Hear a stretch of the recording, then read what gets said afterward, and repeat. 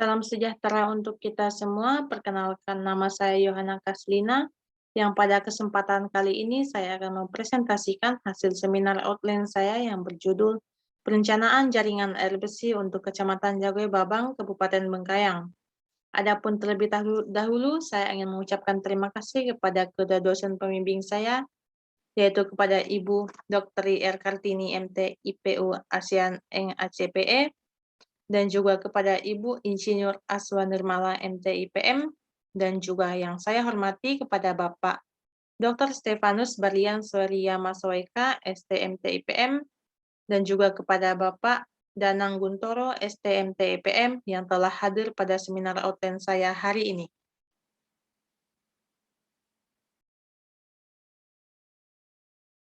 Adapun pembahasan yang saya bahas dalam seminar saya kali ini adalah pendahuluan, tinjauan pustaka, serta metodologi penelitian. Yang pertama adalah pendahuluan. Yang saya bahas adalah latar belakang, rumusan masalah, tujuan penelitian, manfaat penelitian, batasan masalah, serta gambaran umum lokasi penelitian.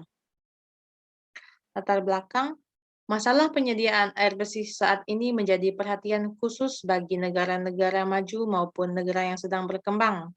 Salah satu masalah yang dihadapkan kurang tersedianya sumber air bersih, belum meratanya pelayanan penyedia air bersih, dan sumber air bersih yang belum dimanfaatkan secara maksimal.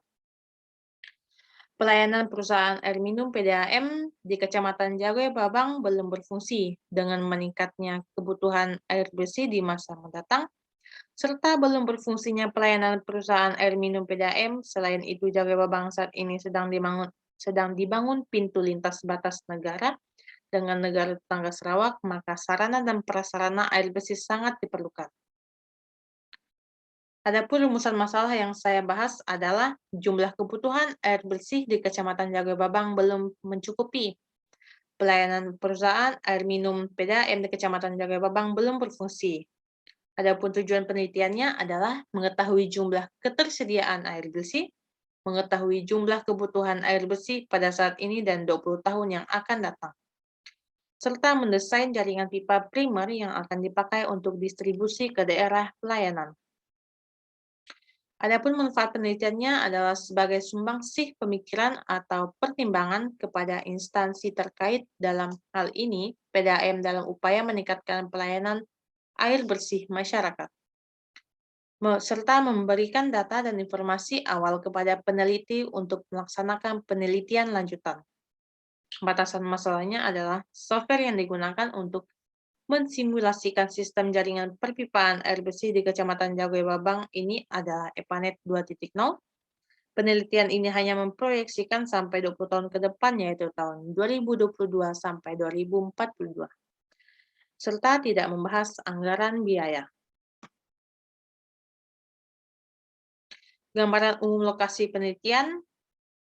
Yang pertama, di sebelah utara berbatasan dengan Sarawak, Malaysia Timur, di sebelah selatan berbatasan dengan Kecamatan Seluas, di sebelah timur berbatasan dengan Kecamatan Siding, serta di sebelah barat berbatasan dengan Kabupaten Sambas. Yang kedua, tinjauan pustaka. Adapun yang dibahas adalah penyediaan air bersih, jenis kebutuhan air bersih, sistem distribusi air bersih, analisis pertumbuhan jumlah penduduk, fluktuasi kebutuhan air bersih, serta analisa ketersediaan air dan program EPANET 2.0. Penyediaan air bersih. Peraturan Pemerintah Nomor 16 Tahun 2005 tentang Sistem Pengembangan Air Minum menyebutkan bahwa sistem penyediaan air minum terdiri dari unit air baku, unit produksi, unit distribusi, unit pelayanan, serta unit pengolahan. Macam-macam sumber air yang dapat digunakan untuk air bersih adalah air hujan, air permukaan, mata air, air tanah, dan air laut. Persyaratan yang harus terpenuhi dalam penyediaan air bersih adalah persyaratan dari segi kualitas air yang meliputi kualitas fisika, kimiawi, dan radioaktif. Jenis kebutuhan air bersih.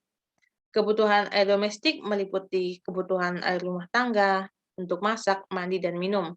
Adapun rumus yang digunakan untuk menghitung kebutuhan air domestik adalah KID sama dengan MN dikali SD, di mana KID adalah kebutuhan air domestik, MN adalah jumlah penduduk, SD adalah standar kebutuhan air domestik. Berikut adalah tabel kategori kota berdasarkan jumlah penduduk. Kebutuhan air non-domestik meliputi fasilitas sosial, perkantoran, industri, tempat ibadah, dan komersil. Adapun rumus yang digunakan untuk menghitung kebutuhan air non-domestik adalah QND sama dengan UN dan kali SND, di mana QND kebutuhan air non-domestik liter per hari, UN adalah jumlah fasilitas, dan SND adalah standar kebutuhan air fasilitas. Berikut adalah tabel kebutuhan air non-domestik untuk kota kategori 1, 2, 3, dan 4, serta tabel kebutuhan air non-domestik untuk kategori 5. Berikut juga adalah tabel standar kebutuhan air non-domestik per orang per hari. Sistem distribusi air bersih. Sistem pengaliran air bersih terdapat 3 cara, yaitu cara gravitasi, cara pemompaan, cara gabungan. Reservoir distribusi terdapat 2 reservoir, yaitu reservoir permukaan dan reservoir menara. Serta pola jaringan distribusi pipa terdapat 2 sistem, yaitu sistem cabang dan sistem lob. Kehilangan energi akibat gesekan. Rumus yang digunakan untuk kehilangan energi akibat gesekan adalah HF sama dengan 10,666 dikali Q pangkat 1,85 dibagi C pangkat 1,85 dikali D 4 pangkat 95 dikali L, yang dimana HF adalah mayor loss, Q adalah debit aliran dalam pipa, D adalah diameter pipa, L adalah panjang pipa, serta C adalah koefisien gesekan pipa Hazen-Williams. Berikut adalah tabel untuk koefisien kekerasan pipa Hazen-Williams.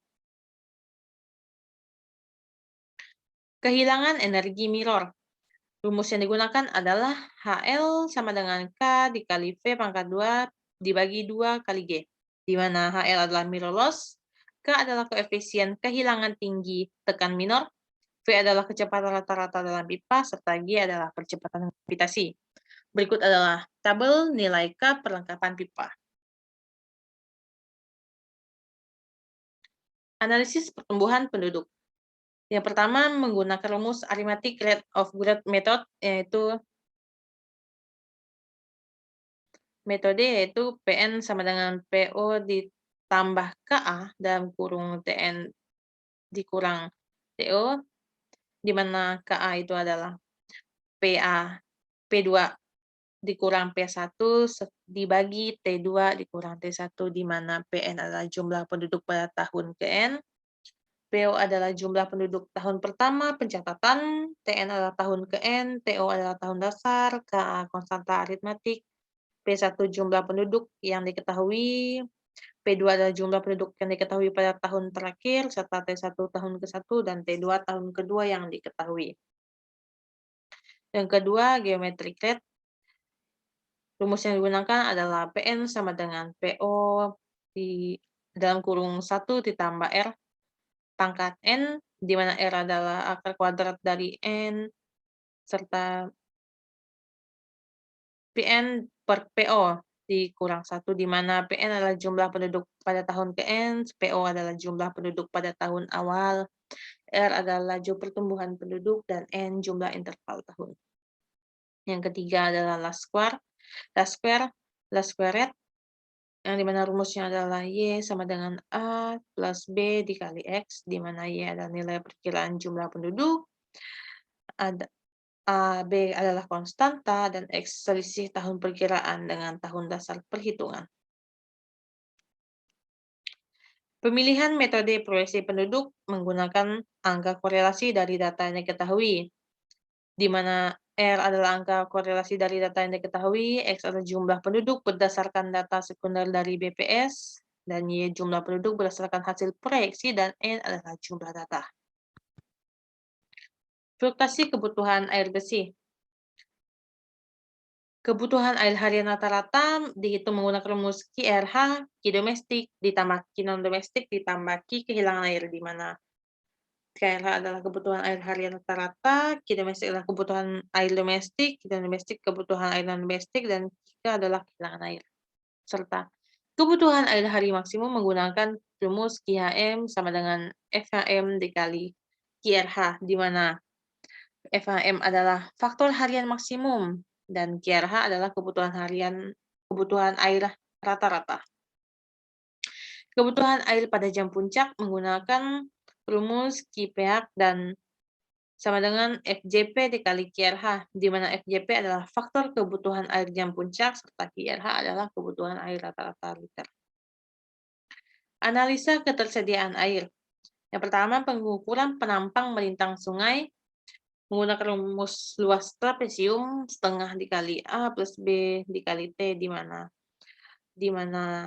A adalah luas penampang basah, serta A panjang sisi sejajar yang pendek, B adalah panjang sisi sejajar yang panjang, dan H kedalaman sungai. Ini adalah ilustrasi untuk pengukuran penampang melintang sungai.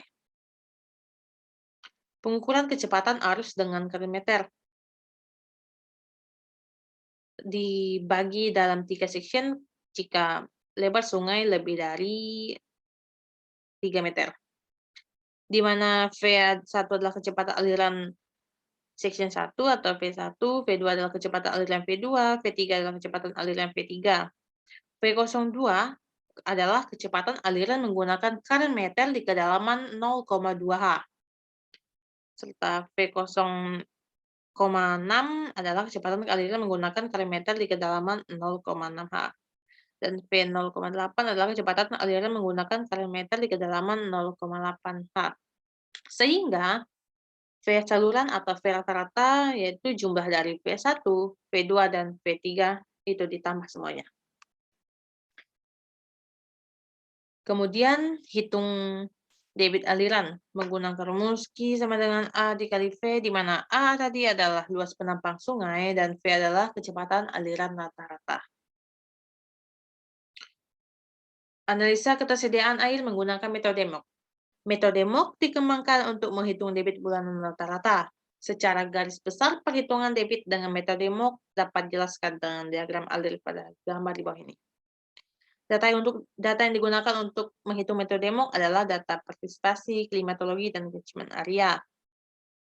Untuk mendapatkan debit, diperlukan perhitungan evapotranspirasi potensial, PENMEN, perhitungan evapotranspirasi aktual, perhitungan water surplus, perhitungan base flow, direct runoff, dan storm runoff, baru kemudian mendapatkan debit bulanan.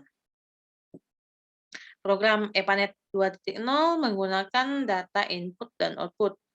Di input yaitu peta jaringan, elevasi wilayah, node atau junction, panjang pipa, diameter pipa, jenis pipa, besar debit masing-masing node, faktor fluktuasi pemakaian air.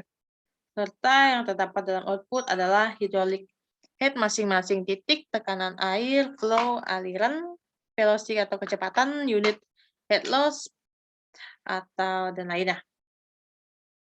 Yang ketiga adalah metodologi penelitian. Yang dibahas dalam metodologi penelitian adalah jenis penelitian, tahapan penelitian, pengumpulan data, serta analisis data. Jenis penelitian.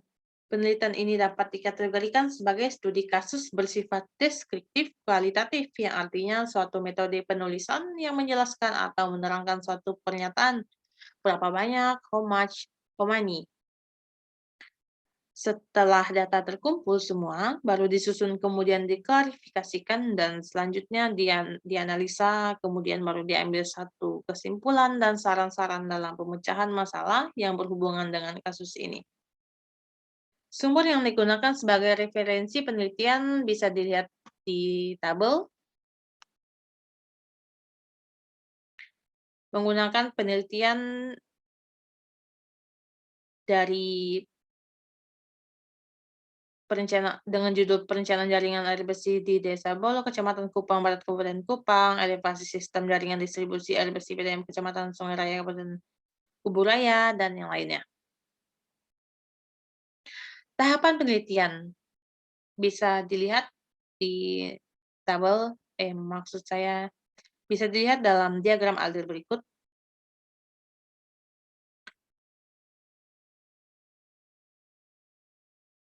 Analisa data yang dibahas dalam analisa data adalah menghitung proyeksi penduduk, menghitung debit lapangan, menghitung ketersediaan air bersih, dan analisis hidrolika dengan EPANET 2.0.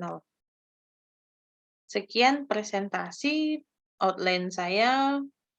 Pada kesempatan kali ini saya mengucapkan banyak terima kasih dan mohon maaf jika ada salah kata.